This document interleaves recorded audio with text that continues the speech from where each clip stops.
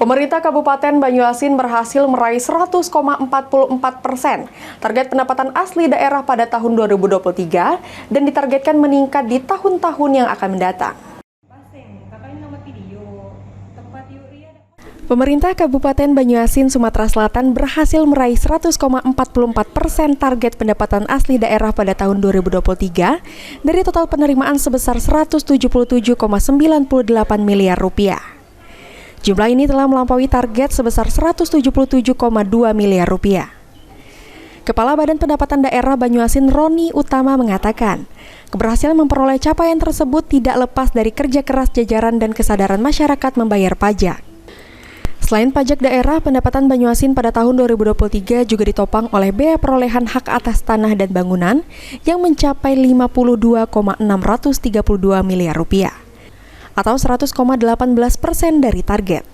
Alhamdulillah, Kabupaten Banyuasin pada tahun 2003 dari target pencapaian pajak sejumlah 177 miliar 200 juta itu tercapai 100,45% atau 177 miliar 990 juta.